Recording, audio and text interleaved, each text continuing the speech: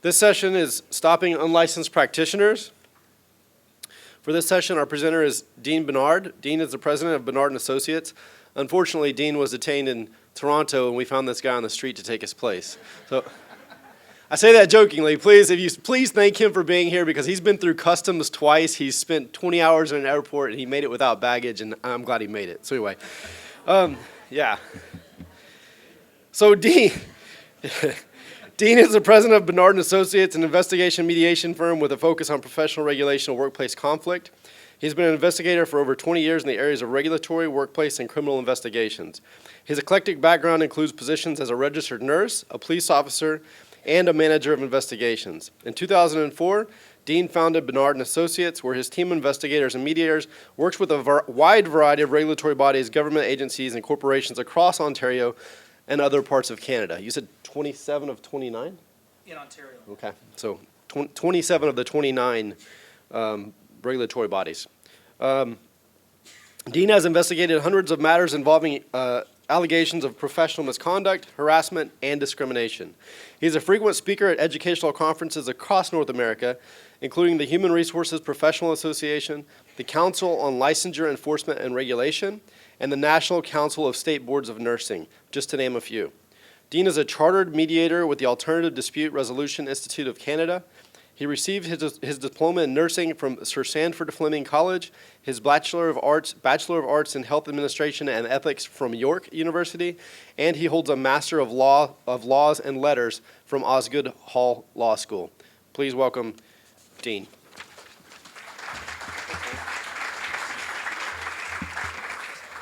Now, of course, looking at me, you would not think I had done or achieved any of those things. And I do apologize for standing in front of all of you looking the way I do. I was trying to figure out what the funniest joke would be that I could tell. I mean, given that it's the athletic trainers conference, I thought perhaps maybe that I could make up some story like I was looking for a trainer and I just came from a UFC fight or something like that. Anyway, thank you very much for the warm reception, and hopefully, by the time this hour is through, you will have a different impression of me than what you might have if you just walked past me in the hallway. So illegal practice. I suspect that for all of you, illegal practice is becoming a bigger and bigger issue. If I asked for a show of hands on that, would you agree with that? Is it becoming a bigger issue for you? I can tell you that we're certainly seeing it in Canada. Particularly in the province where we do the bulk of our work, which is Ontario, we're seeing illegal practice growing across the board in just about every profession. It's an unbelievable, I guess it kind of goes hand in hand with some of the other things that we see, like identity theft and things like that. It just all sort of goes hand in glove together, where people think that they can get into these various professions without jumping through the hoops and doing the things that regulatory bodies and government agencies do to ensure that the public is safe. And so what I'm going to do today is go through sort of a little bit of everything. I'll talk a little bit about sort of regulation in general and sort of how the justification comes for regulatory bodies and government agencies that deal with regulation to look at illegal practitioners and to deal with them. Again, maybe just a show of hands. How many people in the room are involved in either investigating and or prosecuting illegal practitioners? So a few across the room. So let's just take a look at sort of getting back to the basics and what a regulated profession is. And I don't mean to talk down to those of you who could probably be up here and go through these same slides, but I think it's important for us to realize sort of where we stand. A lot of regulatory bodies, I think, find it very frustrating that they are the ones that are dealing with the people who aren't actually regulated. I mean, you regulate people for a reason. You put them through their paces, they become regulated, and then your job is to ensure a number of things, that there's ongoing quality assurance and competency, that you've entered them into the profession and given them their certification based on them having achieved certain goals and proven that they deserve to be there. So why then are you, as the regulator, responsible for dealing with the people who decide to shortcut that process and I'll just throw up a shingle and practice anyway? I think a lot of organizations find it rather frustrating because it's a drain on resources, and it's an issue that most regulatory bodies aren't funded to necessarily deal with. So we'll look at how some states around the U.S. have dealt with this in other professions. But when we look at regulation in general, I mean, it represents the recognition of a profession, and in return for that, really it grants a monopoly for those who want to practice that profession. They become licensed and registered and agree to follow the rules, and as a result, only they can practice that profession. And so with that comes things like title protection. So the use of the title, athletic trainer, or the use of the title doctor or nurse, or whichever the case may be, or lawyer. These are all protected titles generally that are bestowed upon people, and only those with that title should be calling themselves that. And there's all kinds of twists and turns on that issue. But this is sort of the basis of self-regulation, right? Now, the licensing body or regulator is responsible for all the things I said before: education, technical, ethical standards. They're given the power to grant the license or not grant the license, and people have to jump through those hoops and do those things that deem them qualified. And part of this action involves part of this role involves taking action against the people who are not members of the profession. So again, when we think about a regulatory body, we think that its role really primarily is to deal with and take action against those who don't meet the standards of the profession, right? I mean, that's the primary. You set the standards for entry, you ensure quality assurance and competence, and then those who cross that line, who do things, for example, that might bring the profession into disrepute. So it might be something not even related to their work, but something that would maybe a criminal charge or something like that. You deal with those issues for the members. But along with this, there seems to be this sense, I think, among the majority of people that you're also responsible for dealing with those who want to practice without the license.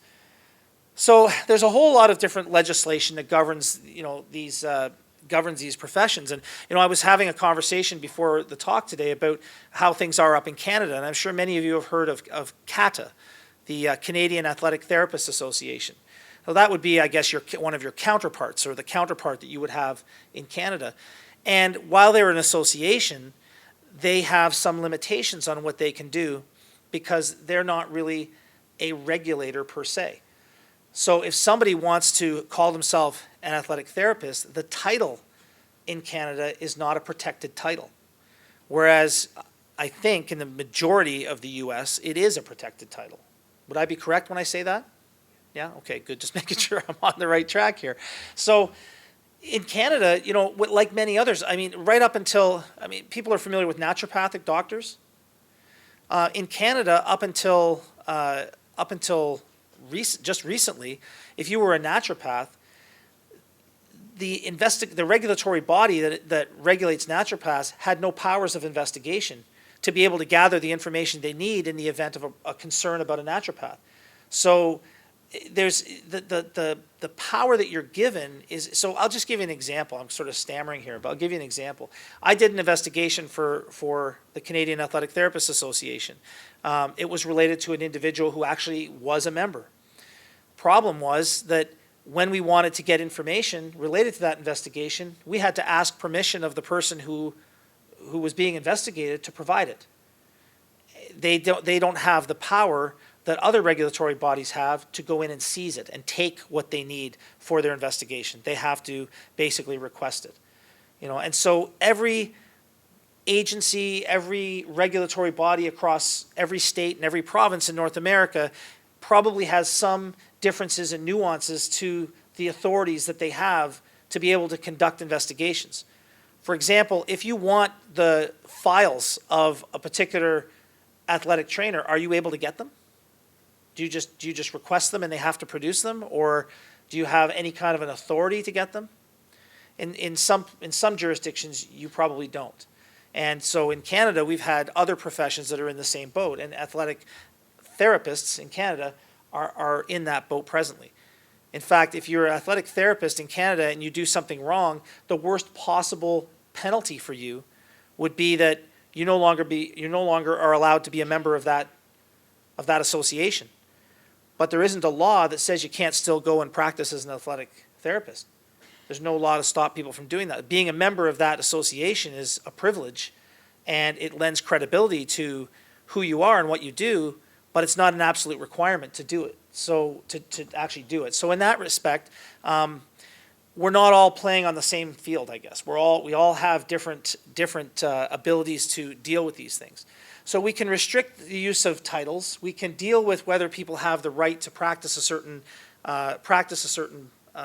or perform within what we would consider the parameters of that profession. There's all kinds of areas that we want to dictate to say, well, unless you are licensed, you can't do this and this and this, and you can't call yourself this or this or that.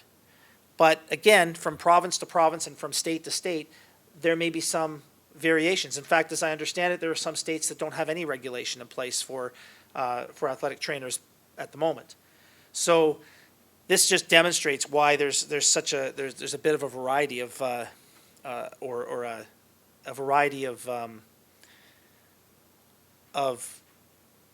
it just varies from place to place. And so it's hard for me to come up here and say, well, here's what you can do and here's what you can't do.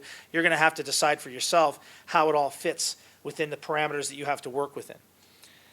So again, legislation typically gives those professional organizations jurisdiction over the members, but this type of jurisdiction can't be confused with the jurisdiction over non-members, because you don't really have any jurisdiction over them, right? You don't. I mean, they're a person practicing a profession. You can't take them to discipline. You can't, to deal with them, you have to deal with them in a separate way. And so it's about understanding that. It's one of those things where you almost have more of an ethical and moral obligation to deal with these individuals, but no real legal obligation, unless of course you're in a state where the setup is different, where you're dealing with more of a board of health professions, and athletic trainers are part of that board, in which case then you fall into like a grouping of professions that are then granted certain powers and expected to do certain things, and you work with your various states, your justice departments and things like that. So it varies from place to place. And I'm going to go through what some different states are doing. When we talk about authorized practice, we can look at three sort of broad categories first. The use of occupational titles. So again, doctor, lawyer, psychologist, athletic trainer. These are occupational titles that you are either granted the authority to use or not. Practicing without a license. So sometimes we'll refer to it as a person holding themselves out as qualified to practice a profession. In fact, that's one of the charges that we'll often lay in Ontario. When somebody is practicing a profession without a license, we'll say they held themselves out as a person qualified to practice. We don't necessarily have to catch them practicing the profession. What we have to do is catch them telling someone they practice the profession. So we'll send undercover people in to a place where somebody is allegedly practicing a profession, and just all they have to do is offer to do what it is they do.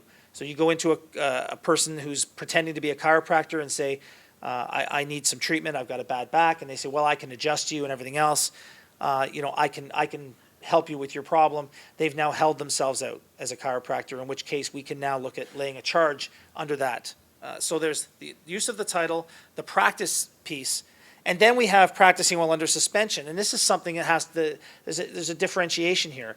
So there will be people who will be legitimate members of the profession who will lose their privilege to practice for a period of time for some disciplinary reason. Perhaps they committed some act that was against the standards, they went through a process of investigation, they were disciplined, and they were suspended for 3 months or 2 months or whatever the case may be. Those individuals, I wouldn't put them in the category of illegal practitioners. If they're practicing under suspension, you can deal with them. They're still essentially a member, they're still essentially a licensee, and you could deal with them under the standard sort of disciplinary processes, as opposed to having to charge them with some sort of an offense, whether that be a criminal offense or something like it. And again, it varies from state to state. And if we look at some of the efforts around the U.S. to control unauthorized practice, we can see that Florida, Nevada, and California have made quite a few strides. And I think it's kind of interesting that California's made strides in this area, yet I believe California is one of those states that doesn't license athletic trainers. or doesn't have a regulatory body or licensing body for athletic trainers. So in Florida, I think they have a very unique plan. What they do is they basically created a unit, an unlicensed activity unit. And so the money that's obtained in fees, is anybody here from Florida? A few? So you folks might be aware of this unit, but they take some of the fees, $5 per licensing fee, and they put it towards funding this department. And then this department is the department that deals with going after, investigating, and prosecuting people practicing illegally. I think it's a great idea because I think the kinds of investigations that have to be done in this regard are quite different than what you would normally do when investigating perhaps someone who is a licensee who's maybe alleged to have committed some act of misconduct. So these guys specialize in this, and there's been quite a few cases where they've done various investigations and charged people with unlicensed practice. And there's a little link down there that you can check out that'll take you to a news page, and it'll show you the details of this particular case in dentistry. The California, the California Medical Board has an enforcement unit, and again, they are assigned to proactively identify and investigate unlicensed individuals. Again, obviously not in the area of athletic trainers, but in various other health professions and other professions. And again, there's some examples here that I've put for you. I won't go into them now, but there's some examples for you to take a look at to see some examples of cases they've investigated. In Nevada, they said there was there's been a lot of illegal surgeries. And again, unlicensed healthcare and incident reports, including deaths, where I guess they decided they needed to do something about this. So they enhanced their efforts regarding the reporting of unlicensed healthcare practitioners, and I believe they incorporated into a call-in service that you could call in for information. They incorporated into that a process that could be used for reporting individuals anonymously who are practicing illegally. And I think that's one very important thing to consider when doing these investigations, and we're going to get into that in a minute, is the actual investigation. But one of the things to consider is the issue of how do you do these investigations when it's very hard to get people to cooperate with you and provide you with information. Because I'll guarantee you that there's a whole lot of people out there practicing as athletic trainers and various other professions right alongside people who know exactly what they're doing and know that they're not licensed, but those people are not going to come forward. Those people will either refuse to be witnesses or will make a lousy witness one way or the other or avoid you. And so it makes the job of your investigation more difficult. And we'll talk about some strategies for dealing with that in just a minute.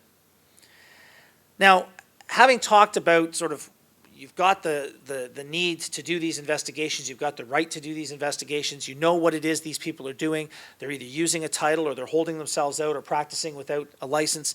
What do you need to get as an investigator? What's the evidence you're looking to gather in order to be successful with these investigations? Well, we need evidence of people holding themselves out as qualified. So if I open up I'll give you an interesting example, physiotherapists. I guess in America you would call them physical therapists, I think, but in Canada we call them physiotherapists. Well, in Canada, the title physiotherapist is a protected title. You can't call yourself a physiotherapist, provide any kind of services as a quote-unquote physiotherapist if you're not one. But you can open up a place, a location, and you can put physiotherapy on the sign, and as long as you don't call yourself a physiotherapist and nobody inside that place calls himself a physiotherapist, you can treat people all day long. So again, there's issues. There's issues with things. In most regulatory, one place where we've addressed some of these issues is pharmacies. In Ontario, for example, pharmacists are regulated, but so are the pharmacies. So the College of Pharmacists that deals with the pharmacists also has a responsibility for inspecting and dealing with the pharmacies themselves, the actual business entity and how it functions and how it operates to ensure consistent standards. But with many professions, that's not the case. You regulate the individual, but not the organization or the company or where they work. And so that makes it, again, more challenging.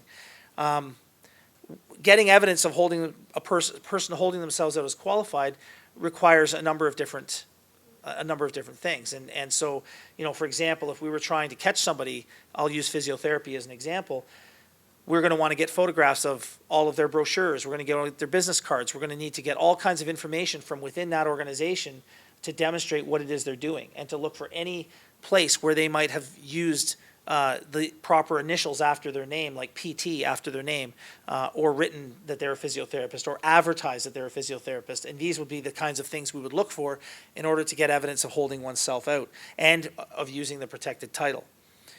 Also, in some professions, there are certain controlled acts. So I don't believe there would be any particular controlled act that a physical, and you can tell me if I'm wrong, but is there an act that an athletic trainer can do that nobody else is allowed to do unless they're an athletic trainer? I would think not. And that's not to put I'm not saying that's a bad thing. It's just some professions lend themselves to this and some don't. So for example, if you're, only a dentist can drill a tooth. Nobody else can drill a tooth. Maybe a dental hygienist with some extra special training and under the guidance of a dentist. There's certain little caveats like that. But there are certain controlled acts. So, only a nurse or a doctor can administer a substance by injection. These are certain controlled acts that only they can do. So one of the other things we look for when we're conducting investigations into people that are practicing as nurses, dentists, doctors, chiropractors. Only chiropractors can do an adjustment where they allegedly, or the language is that they are manipulating the spine or manipulating a joint outside of its normal range of motion would be I believe that's the language that's used to describe an adjustment. Only a chiropractor can do that. So if you catch somebody doing that and they're not a chiropractor, then you've got them having performed a controlled act while unlicensed. In Ontario, the people who perform controlled acts without a license are the people that get hit the hardest.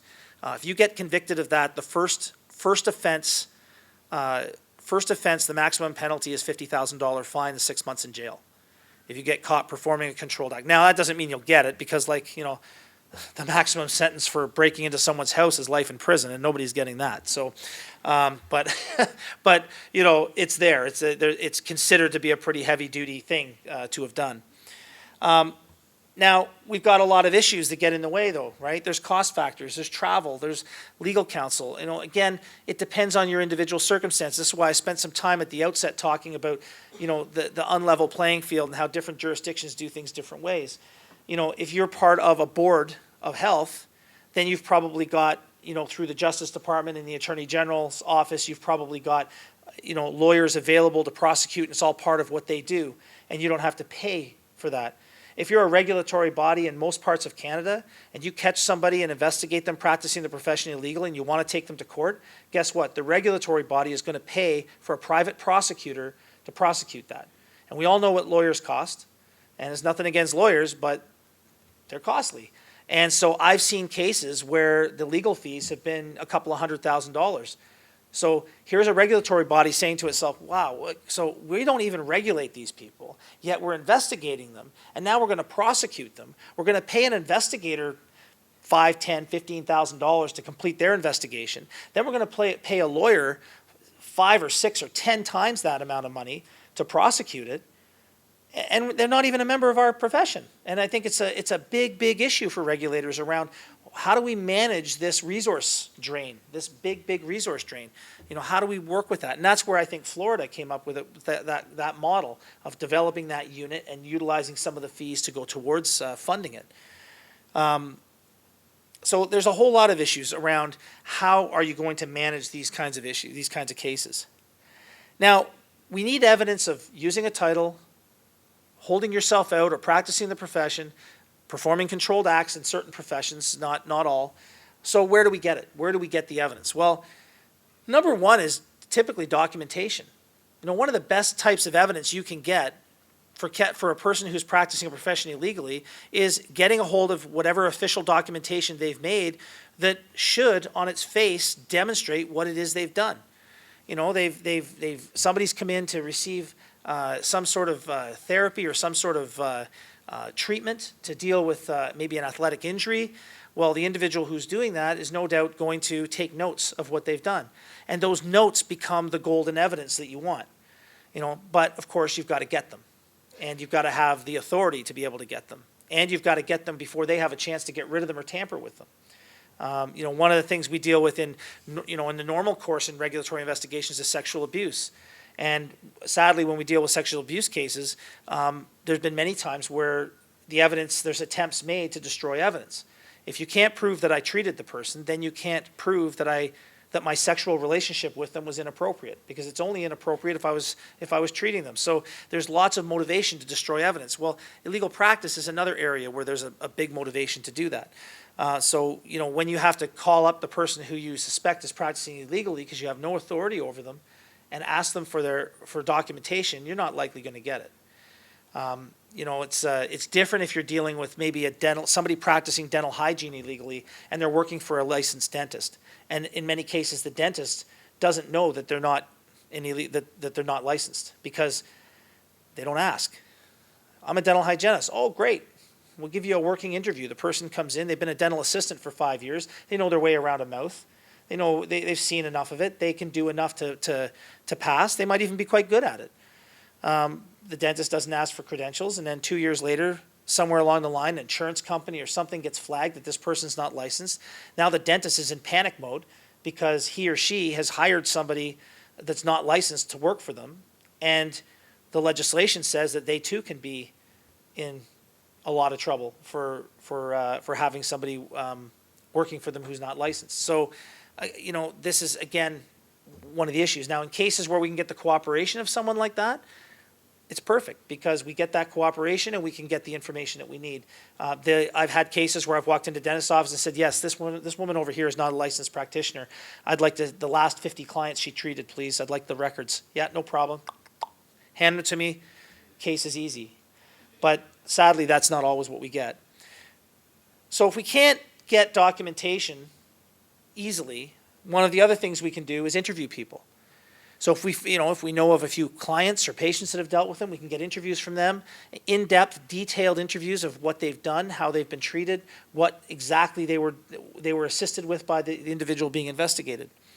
We can talk to coworkers possibly, and maybe we can talk to employers. But of course, we run into some challenges around these things, and I'm going to talk about those challenges in a minute.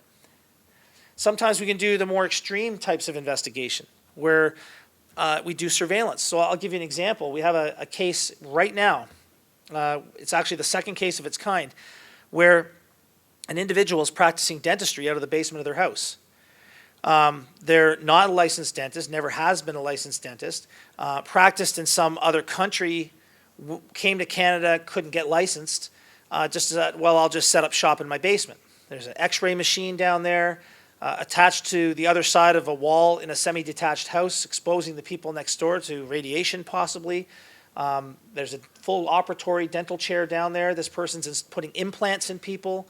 Like, we're not talking just basic dentistry. This guy's putting implants in people. But he's of a certain ethnic background.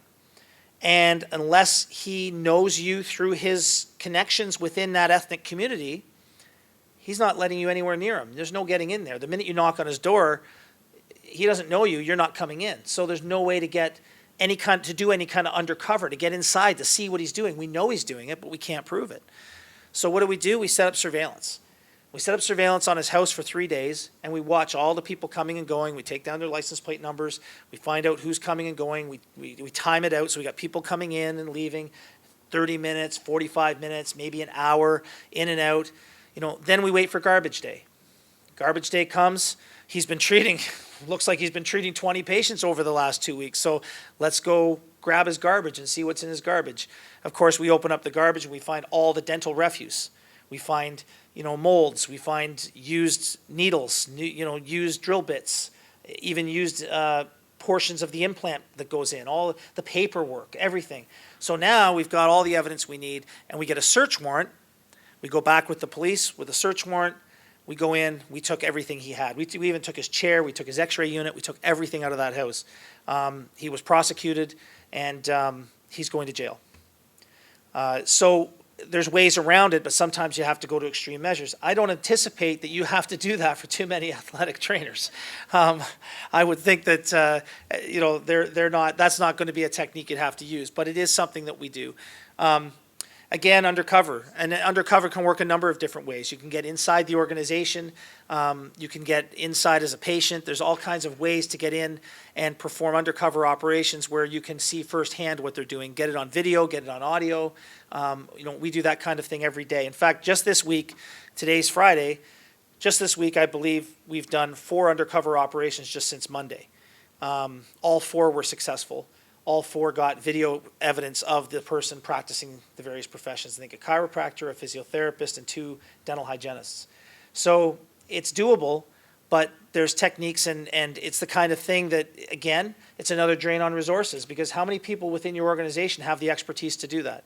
So again, you're probably hiring someone to do that, which is another cost.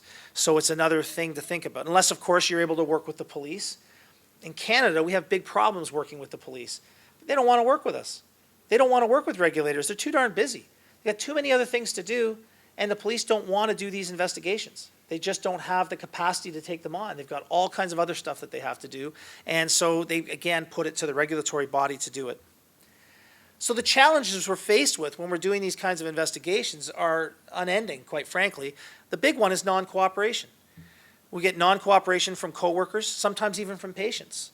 So, for example, somebody's been seeing an individual who's providing them with services, but that individual who's seeing that service provider can't afford to see a regular service provider. Maybe they don't have insurance. Maybe they don't have the ability to pay the normal fees that would be customary for that kind of service. So they go to this person who's sort of this fly-by-night individual working out of their basement or working out of wherever, and that individual is paying, maybe a third or 2/3 of the normal price for the services. This guy that was doing implants, this dentist that was doing implants, he was putting in a full implant with a tooth for $800.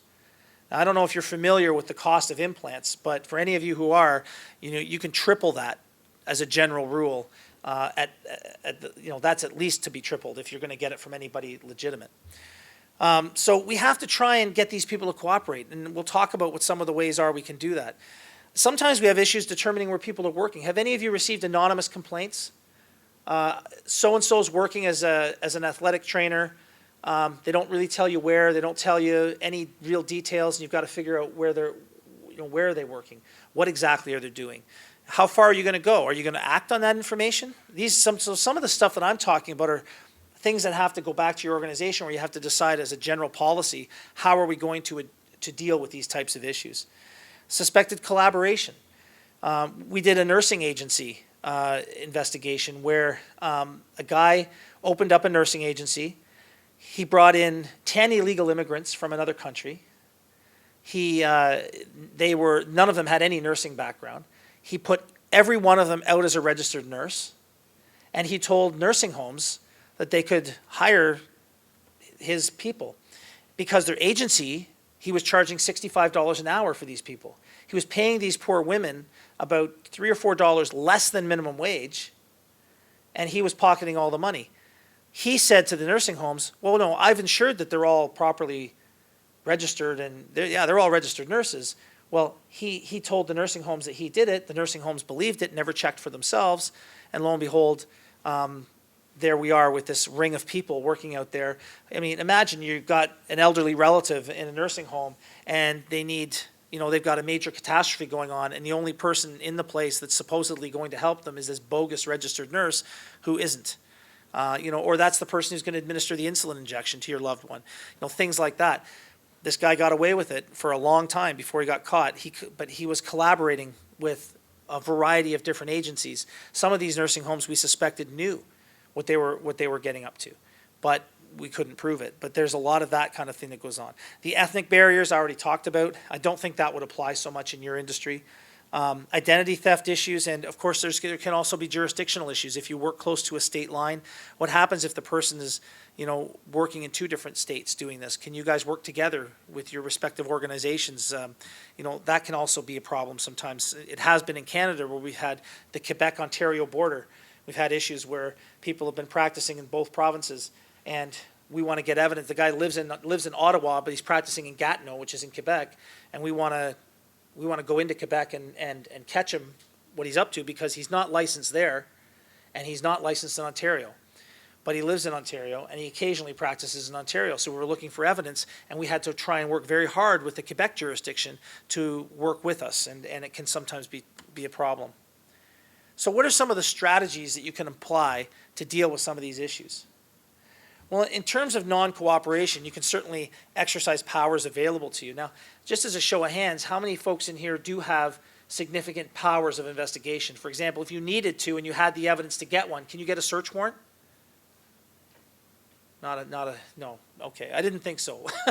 There are some jurisdictions where you can, but many where you can't.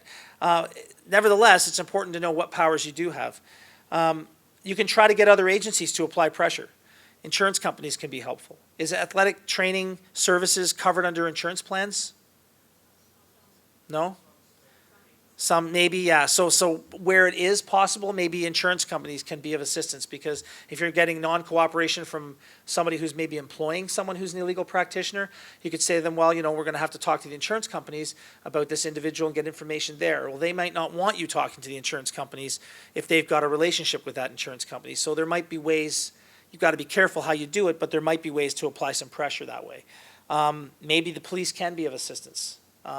Maybe they will apply some pressure in terms of maybe just making a very casual inquiry.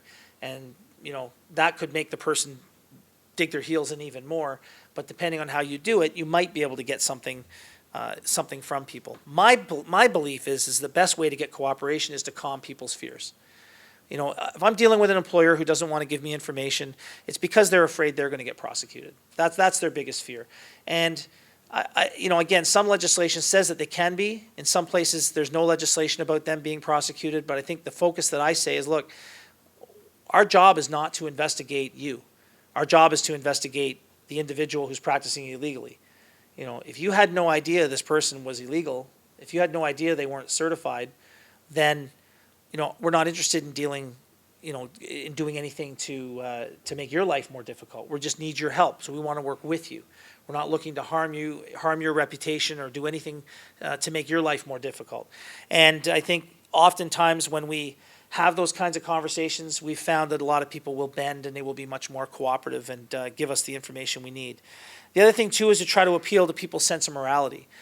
Because a lot of times employers don't know. I mean, sometimes they do, but a lot of times they don't know. And when they don't, I think it's about saying, look, you made a mistake because you didn't look into it carefully enough. Fine. Mistakes happen. But we're not interested in going after you, but we are interested in protecting the public and protecting the people that this individual is dealing with. And, even if we can't prosecute this person or deal with this person now, what are they going to be doing in a month from now, or 6 months from now, or a year from now? What other jurisdiction are they going to go to and try and do this? You need to take a stand. Especially if they're a member of a regulated profession. Say, well, it's all part of being responsible in working in a profession is doing the right thing for the people that you serve. And doing the right thing is stopping people from doing this sort of thing and practicing without a license. Determining where people are working. So do any of you ever have that issue where you need to figure out, well, where is this person? We get this anonymous complaint. We don't know where they are. Does that happen occasionally? I see a few heads nodding and a few heads shaking, so I guess it varies. There's lots of ways that you can do things. We do a thing called pretext calls a lot of times, where we will make, sort of fake phone calls to the place inquiring about getting services and just making general inquiries about, well, who could provide us the service, and, asking questions that we think will lead them to point out, the name of the individual that's there. Then from there, we can make further inquiries by maybe paying a visit or that kind of thing. Surveillance is something else we can do. I remember one time I did surveillance on somebody who was practicing illegally, but we didn't know where they were practicing, but we knew where they lived. So I set up surveillance on their house, 2 of us, and we followed them to the place where they worked. So we were waiting there at 5 o'clock in the morning, and they left their house at 6:30 in the morning, and we just followed them to where they worked. And then once we saw them go into that place, we waited about an hour and a half, and then we went inside and booked an appointment with that individual, and we had our information. So that's one way of doing it. Social media searches. I mean, the internet is a wealth of information, as I'm sure all of you know. Social media has been our best friend. I mean, people are dumb, and they put things out there that they just shouldn't. They know it's going to get They know it's going to, they just put it out there. And I'll give you an example. I had a case one time where I was investigating an individual for some inappropriate behavior. And there was a key person who was sort of going to bat for this individual who appeared to carry a fair amount of credibility. So in my interviews with them, I had established whether they had any kind of relationship outside of their professional working relationship. And the answer from both of them was no. Well, then I had one of my investigators, I said, do your best. Search these people to death. Find anything you can. Sure enough, they found a picture of the two of them in a pub in London, England, beers up like this, cheering, and so I was able to go back and re-interview them and say, so once again, I just wanted to talk to you a little bit about the relationship between the two of you. So you're saying that you didn't know this person before, or you've had no other relationship other than this working relationship, which is about 1.5 years old? Yes. Well, then can you explain this picture? And I slide the picture under their nose, and they're like, they don't know what to say. And then, of course, the truth's to finally, okay, let's start over. Why don't we start from the beginning? Let's talk about the relationship. That undermined the credibility of the individual who was, the person supporting that individual, and in turn, we were able to get the information that we needed. So social media can be a wealth of information. The other thing, too, is you're trying to find somebody. One of the easiest things you can do, we all have cell phones, and we like to take pictures with them.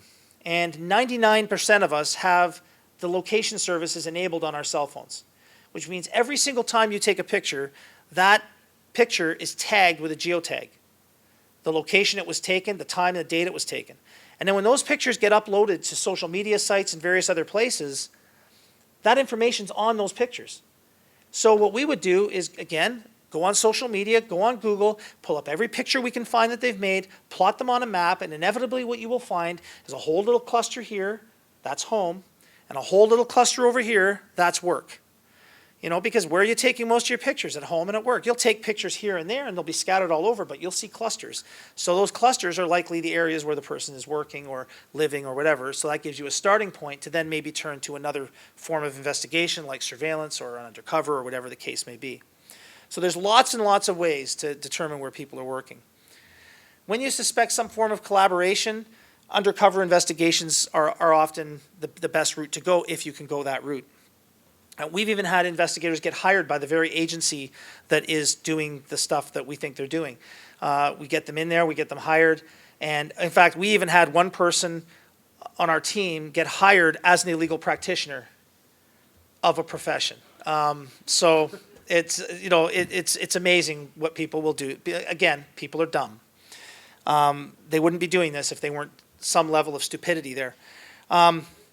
You can hire the agency or the individual. We had a case of a guy who was posing as a veterinarian. This was the greatest case ever. So this guy only advertised in a Russian newspaper that he could perform spading and neutering on cats and dogs in your house while you wait. So we don't have a house to bring him to, so we hired a Russian interpreter. And we had the Russian interpreter talk to him and give this big song and dance about how we run a daycare in our house and they can't come there, but could we come to him? So he reluctantly allowed us to go there. We set up this big sting, so we sent the investigator in with the Russian interpreter. The father was following with the animal 5 minutes behind. They got inside. They saw the coffee table. I kid you not. The guy's coffee table was set up as the operating table, where he was going to, and he had instruments that were literally rusty. Literally rusty instruments, I kid you not, all laid out. So while the interpreter is talking to him and distracting the guy, the investigator is taking pictures of all of this stuff, which was all the grounds we needed, again, to get a search warrant. I know you can't get them, but to get a search warrant. And then we went back with the police. We placed a phone call to the guy. This is the best part about it. I placed a phone call saying, I was just in a car accident. I'm not going to be able to get there. So then he wanted $200 cash. The investigator said, tell you what, I'll give you $100 for your time today. I apologize. And can we rebook to come back in a few days? So they rebooked to come back in a few days because the guy's greedy and he wants the money, right? And then, of course, we know he's going to be there. A few days later, we come back, but this time, no dog, just 2 police officers in tow and a search warrant to go in. And we took everything. And then here's the best part. While we're doing that, what do we find in his house? A huge stash of drugs, massive stash of drugs, street drugs and Russian veterinary drugs that someone in Russia was shipping to him. So, so he ended up getting charged with possession for the purpose of trafficking, and I believe he's currently spending some time in jail. So, so yeah, it's just amazing the things that can come out of these, the way we, if you can do these things. Collaborator is a patient. This sometimes happens. Again, patients are sometimes pretty happy to be getting services less expensive. So when that happens, we've used insurance companies to say to them, we're going to cut your services. You're not going to be able to make any more claims for anything, because we believe this is happening. You need to cooperate. You cooperate with the regulatory body, or we're just going to cut you off because we can't trust that any claims we get from you are legitimate. And so there's, now again, I don't know legality-wise, I don't know how much of that you can do in your various jurisdictions. So there need to be some legal consultation done there. Ethnic barriers to gaining access. Again, this isn't something that you're likely to be dealing with in your profession, but again, using an investigator of the same ethnic origin and doing an undercover investigation often works. And again, surveillance is another way of doing it. And I talked about that already. Identity theft issues. One way to do it is you're trying to figure out whether this, I'll give you an example. We had a nurse. How much time do I have left? Oh, good. So we had a nurse. Here's what happened. This woman got revoked. She was such a bad person, the things that she did. She lost her license pretty well forever. There was no way she was ever, when you get revoked in Ontario, that means generally you got to wait 1 full year and then you have to reapply, and another discipline panel has to actually grant you permission to re-register. Many people who get revoked never come back because that discipline panel subsequently will probably never grant that permission. So once you get revoked, you're pretty much done. This woman got revoked, and she was married to a man whose sister was also a nurse. So they had the same last name. And interestingly enough, this woman's first name was Carol. And it just turned out that the woman that her brother was married to, her name was also Carol. Actually, her middle name was Carol. So what did she do? She went over to visit her brother. She knew that his wife was close to retirement and really wasn't interested in doing nursing anymore. So she went over there and she rifled through their house until she found the renewal documents that were sent in. She wiped the renewal documents, and then she changed the address, sent in a change of address, and used those renewal documents to get renewed, and then she got a license sent to her address. So her name was, Barbara, the real nurse was Barbara Carol so-and-so, and this woman was Carol something so-and-so, same last name. And that she basically stole her identity, and then went out there and got a job, and then just told people, well, yeah, my middle name really is Carol, but I use it as my first name. And everybody kind of bought into it. Nobody really batted an eye, and she got away with it for quite a while. Here's the worst part. This woman was actually providing consultative services related to court actions. What ended up happening when all was said and done was that somewhere around 70 or 80 court cases where her expert opinion was utilized in those court cases, very large number of them had to be reopened, and all those cases, like the decisions on those cases, had to be tossed, and everything had to go back to the beginning. It cost, I can't begin to wonder how many tens of thousands of dollars, hundreds of thousands of dollars it probably cost a lot of people because of this behavior. But identity theft is a big issue, and so getting to the bottom of it can be really hard. Again, if you interview known associates, so you interview people who are just to get background information. Well, how do you know about her? What has she told you about her past? Things like that can help you to get information. I mean, really, at the end of the day, that's all an investigator is an information gatherer. And if you gather enough information, spend enough time doing it, eventually, looking at it, the truth's going to float up off the page to you. You just have to know where to get it and how much of it to get. And once you get enough of it, you'll have the answers to whatever it is you're trying to figure out. Department of Transportation searches. Again, we have a bit of a unique ability that we can run license plates and run people's driver's license history and address histories. We have the authority to do that in Canada. I don't know, again, in the United States and your various jurisdictions if you have the ability to do that, but that can be a helpful thing. Again, internet and social media, property searches, lien searches, military records, all of these things can help you in terms of figuring out whether Don Draper really is Don Draper. That's just for you Mad Men fans. So I guess there's not too many Mad Men fans out there. Okay, well, anyway, it's not too hard to figure out somebody who's committing identity theft if you take the time to go through some of these processes. Jurisdictional issues. So try to arrange for memos of understanding. That's one of the things that we've done with several police services. So sometimes, for example, we want to investigate somebody, but there's an active police investigation. When the police have an active investigation open, they often won't share any information with us because their case is open. But we've been able to establish memorandums of understanding with some police services where certain limited information can be shared back and forth. So we help them, they help us. You know, we work these things out.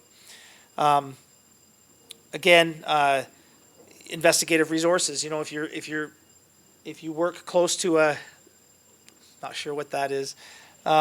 If you work close to a state line or whatever, then you might want to have some resources set up in both states to be able to help you gather information on either side of that border.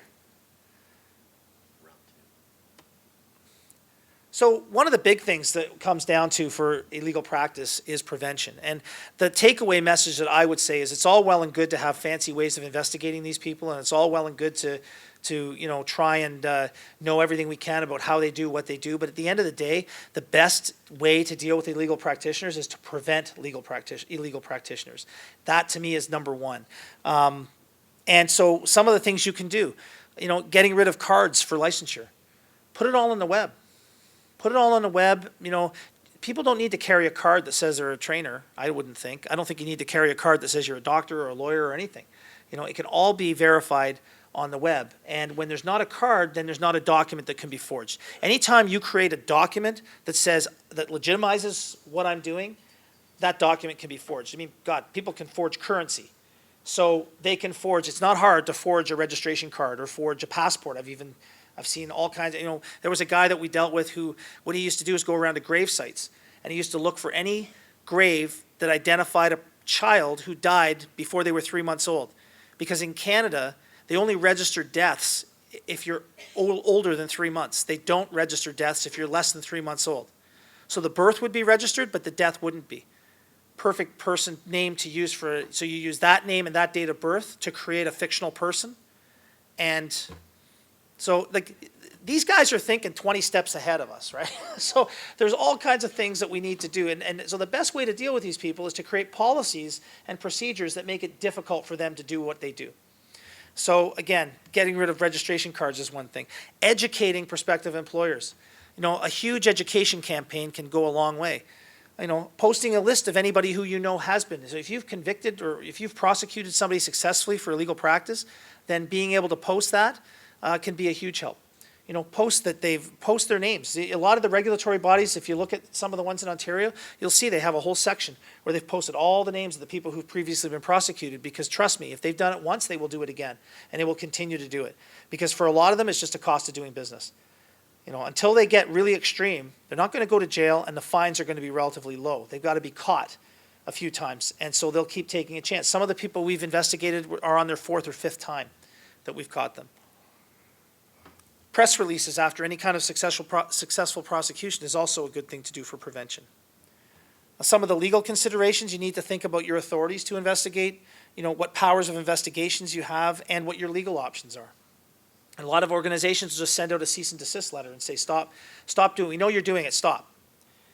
You know, and that might be a good first step. You know, I mean, not everything has to be, you know, you don't have to use a machine gun when a fly swatter will do the job. You know, and sometimes that's a good way to start. Start with the fly swatter, work your way to the machine gun. You know, and then there's quasi-criminal or criminal prosecutions. In the different jurisdictions, you have the authority to lay various charges. You know, where we are, we can lay criminal charges and charges under different acts. Sometimes the charges under the acts are almost a worse outcome for the person than the criminal charge, plus they're easier to convict on. But again, you have to look at these options. And then there's also injunctions, where you can get a court order that shuts the person down and prevents them from continuing to practice that. Some of the resource considerations you need to think about, you know, should we even be doing this? You know, is there a way that we, you know, maybe in our jurisdiction, maybe we can create some kind of a unit that does this. Maybe we can work with other regulators. You know, I think the ideal solution is to have all the regulators in a state or a province chip in a little bit of money each and create a special unit that's funded by all of them to do nothing but illegal practice investigations. easy to say, harder to make happen, but where it's happened, it's been successful. Allocation of staff, use of resources, public relations, all of these things. There are benefits to doing these investigations because this is one of the things you will do that will endear you to your membership, to your licensees. Your licensees will see it as a bonus that you're doing this because they see it as, oh, I worked hard to get that designation. I'm glad that my regulatory body takes it seriously when someone goes ahead and does this and they haven't done what I had to do. So I think that's one way to get the people who practice the profession to feel good about what you're doing. Again, looking at your legal approach and, considering who's going to do these investigations for you. Cost factors, again, another thing is expensive. Travel, legal counsel. I talked a little bit about that earlier. Internal resource limitations. If you're going to do it internally, maybe you're going to need some training. So, there's going to be costs there. In terms of recommendations, again, I think you need to promote communication, collaboration, and cooperation within the regulatory community and across borders. I think all regulators need to work together to deal with this problem. If every regulator is working in a silo, the resource limitations are going to make it harder and harder to do this effectively. If we can work together, even if sort of related professions could work together, maybe the health professions, maybe professions related to health, something like that. To monitor the problem and continue to identify solutions, it's something that needs to happen. And then periodic outreach to other partners. It could be state or federal legislature, who have the primary jurisdiction for dealing with these issues. You need to work together. There needs to be some lobbying that gets done to try and set up the resources to deal with these things and stop putting it on the individual regulators who are already overburdened and overtaxed. Support, encourage, and facilitate the governing bodies of the major healthcare boards to meet regularly to see how they can best do this. So talks like what I'm giving, all of you guys need to get together and talk and figure out, okay, what are our problems? What are our biggest challenges and how can we deal with this? Provide regulatory bodies with fining authorization. Maybe there could be all kinds of things that could be done where regulatory bodies could be given the authorization to just levy a fine against an individual rather than have to go through complicated prosecutions. Ultimately the person may decide not to pay the fine when the fine gets big enough, and maybe they'll see it as a cost of doing business, but it will be a deterrent for some. And by doing so, you're chiseling away at the problem. Press for more power. Get search warrant power. I'm kidding. If you can, get the power to do what you need to do. Some organizations don't have any, in which case it's a very big uphill battle to deal with these issues. Intervention by governing bodies, peer assessment, spot audits, things like that. When you're sending out auditors to look at what people are doing and how they're performing, go ahead and give them the authority to look into these issues, to make sure that everybody there is in fact a licensed athletic trainer. Follow-up measures wherever action has been taken. I can't tell you how many times an organization will prosecute somebody and then, oh, we did our job, and they'll forget about it. Instead of, why not a month later go back and see if they're still doing it? Be proactive. If they can get away with it for a year and a half before they get caught again, they've made enough money to make it worth their while. But if a month later you hammer that, we got a guy right now, he's a chiropractor. We've prosecuted that guy 5 times in less than a year. 5 times in less than a year. And you know what? I think he finally packed, he's gone. We don't know where he went, but he finally packed up shop. Maybe he'll pop up somewhere else in another jurisdiction. So I'm running out of time, so I won't keep going on about all these. There's a whole lot of different recommendations that might be helpful for you. In closing, I guess I'll just say that I hope that each of you got at least one useful piece of information from me today for what it took me to get here. I would hate to think that anybody left this room without learning at least one thing they find useful. That's my sincere hope. If I gave up my day to come, or an hour of my time to listen to me talk or listen to someone talk, I at least want to walk away with something, and I sincerely hope that each of you do. I guess we don't have any time for questions because I think I've gone right to the edge here. But I'll stick around, and my contact information is on here. If you have questions, you want to reach out to me, I love that. Feel free to send me an email or give me a call. Be happy to talk to you anytime. And if you go to my website, there's also a lot of information that goes up on that website all the time. We have a newsletter as well that you can subscribe to, and there's new information coming up there all the time on different investigative techniques and different policy things. So thank you so much for your time, and I apologize I went over.